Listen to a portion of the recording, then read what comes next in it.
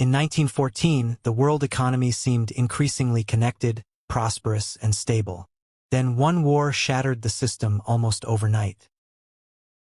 Before the war, money, goods, and people crossed borders with remarkable freedom, linking Europe to markets across the entire world. London stood at the center of global finance, while the British pound helped anchor international trade and investment. Major currencies were tied to gold, creating confidence in exchange rates and allowing capital to move easily between countries. The system appeared strong, but its stability depended on peace, financial confidence, open shipping routes, and governments willing to cooperate. When war erupted in Europe, financial markets panicked, stock exchanges closed, and governments rushed to protect their gold reserves. Millions of workers became soldiers, removing labor from farms and factories while creating an enormous new demand for military supplies. Factories that once produced civilian goods were transformed into war machines, manufacturing rifles, shells, uniforms, trucks, and artillery. Governments intervened in economies on an unprecedented scale, controlling production, transportation, prices, food supplies, and strategic raw materials. The cost was staggering. Taxes increased, but governments mainly financed the conflict through borrowing and the creation of new money. Citizens were encouraged to lend their savings to the state, turning patriotic duty into one of history's largest borrowing campaigns. By the war's end, European powers had accumulated enormous debts that would reshape government budgets and international relations for decades.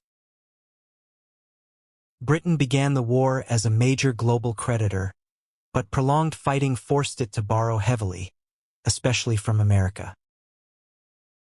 The United States supplied food, weapons, machinery, and credit, accelerating its transformation from international debtor into powerful global creditor.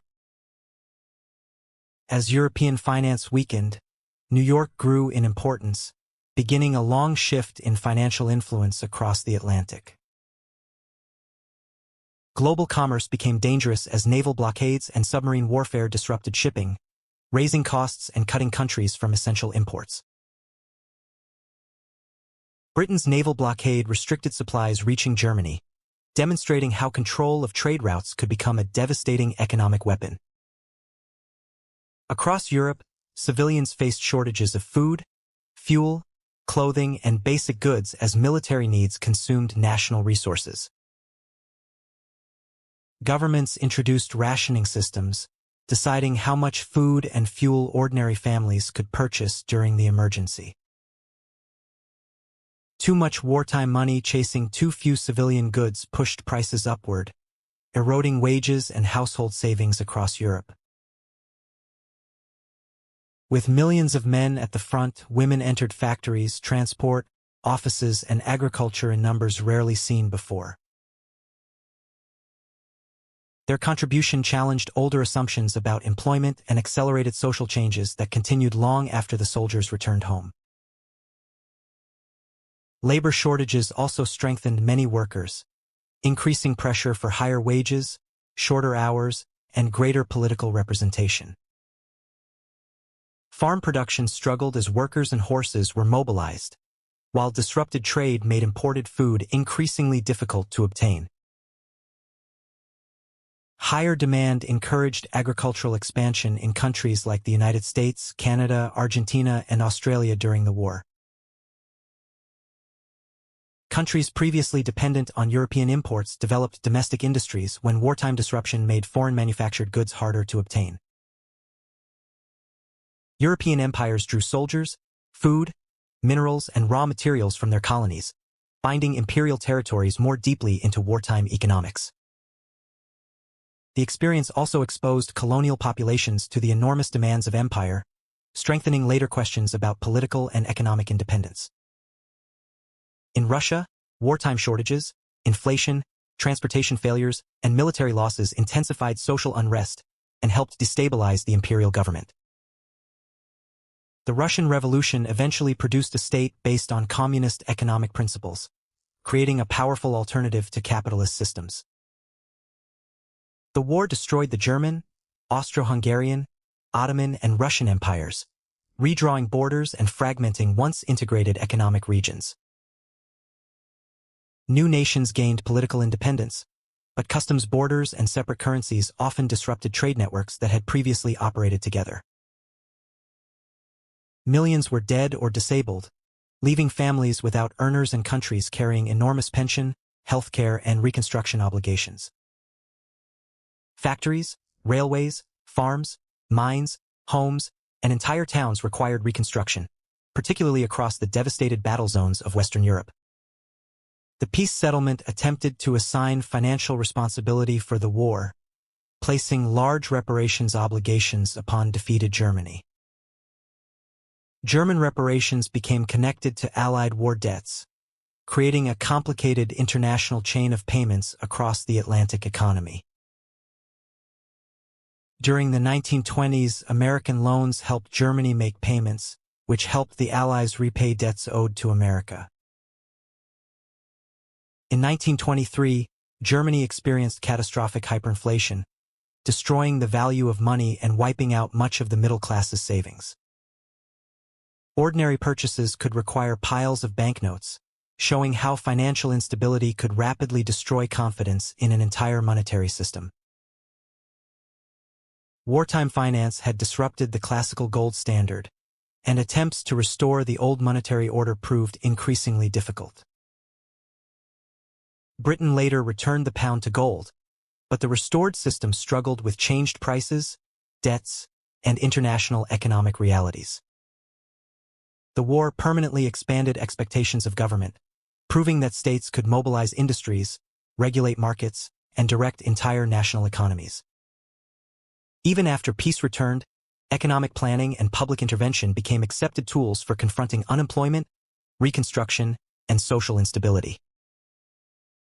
Veterans, workers, and grieving families demanded greater support, encouraging governments to expand pensions and other forms of social protection. War accelerated techniques of standardized production, logistics, chemicals, aviation, vehicles, and communications that later influenced civilian industries. Technologies expanded for military necessity were adapted for civilian markets, helping reshape transportation and industrial production in the interwar years. Aircraft development advanced rapidly during the conflict, laying foundations for expanding commercial aviation and faster international connections afterward. The global balance had changed. Europe emerged financially weakened, while the United States held growing industrial power and international claims.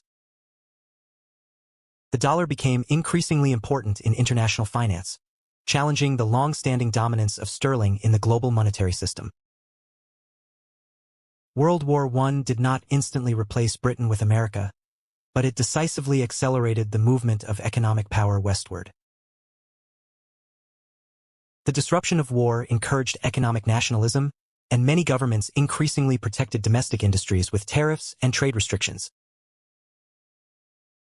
The highly integrated pre-war economy was never fully restored, as political tensions and national priorities increasingly competed with international cooperation. The 1920s brought recovery and growth, but beneath the prosperity remained unresolved debts, unstable currencies, and dependence on international lending. The war had created financial links so complex that trouble in one major economy could quickly spread through the international system. World War I did not alone cause the Great Depression, but its debts and monetary disruptions weakened the interwar economic order. Perhaps the deepest change was psychological. Citizens now expected governments to intervene when national economies faced crisis or mass unemployment. The 19th century dream of limited government, stable gold-backed money, and unrestricted global markets had suffered a permanent historical blow. The conflict also demonstrated that modern wars were fought with factories, credit, shipping, food, energy, and finance as much as weapons. Its legacy included stronger states, enormous public debts, shifting financial power, disrupted trade, new industries, and transformed labor markets. World War I ended in 1918, But economically, the world it destroyed never truly returned. A new global order had begun.